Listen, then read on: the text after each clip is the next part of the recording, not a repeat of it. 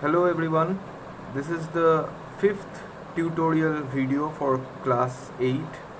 The subject is history. We are continuing the chapter from trade to territory. This is the third part of the chapter we are doing.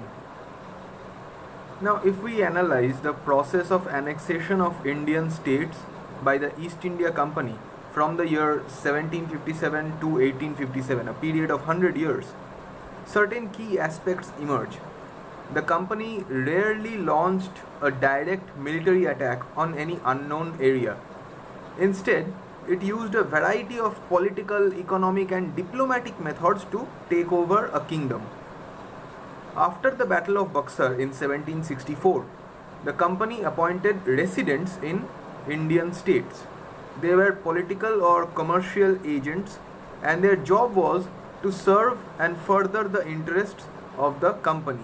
So they worked for the East India Company, but they lived in the various Indian states they were posted in. Through the residents, the company officials began to interfere in the internal affairs of these various Indian states. They tried to decide who was to be the successor to the throne, who was to be appointed in administrative posts, etc. Sometimes the company forced the states into a subsidiary alliance. Now, what was subsidiary alliance? According to the terms of this alliance, Indian rulers were not supposed to have their own army to protect their kingdoms. They were not allowed to have their own armies. Instead, the company will provide them with their own armies, the company's armies, to protect their kingdoms. But there is this clause that says the company provides the army to the Indian kings, but they won't pay their armies. Instead, the Indian kings had to pay from their own pockets to maintain company's army. Now, if the Indian rulers failed to make a payment, part of their territory will be taken away by the company.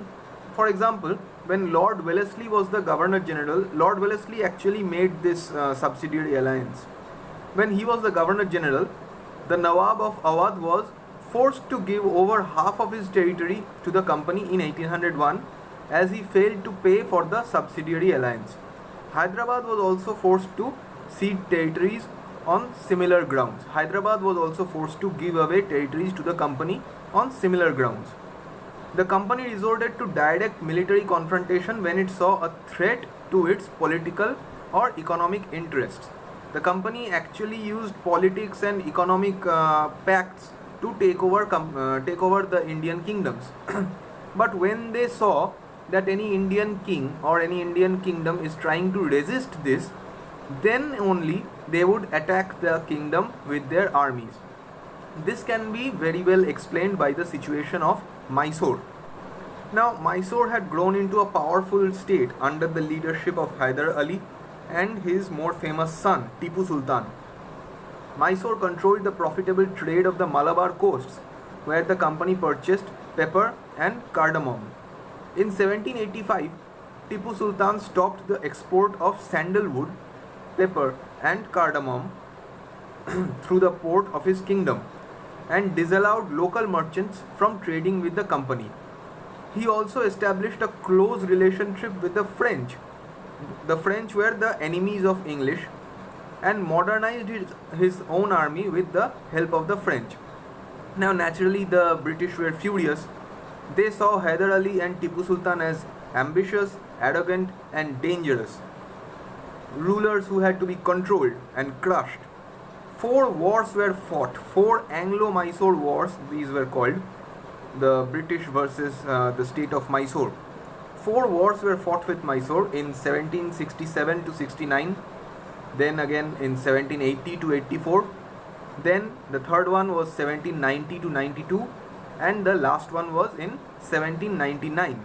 Only in the last, that is the Battle of Seringapatam, only in the last battle did the company actually win the battle.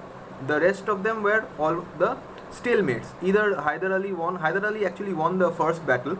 The second battle was a stalemate, a tie. The third battle was also a tie. Only the fourth battle did the company win.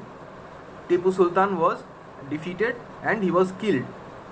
Mysore was placed under the former ruling dynasty of the Wadeyars, and a subsidiary alliance was imposed on the state.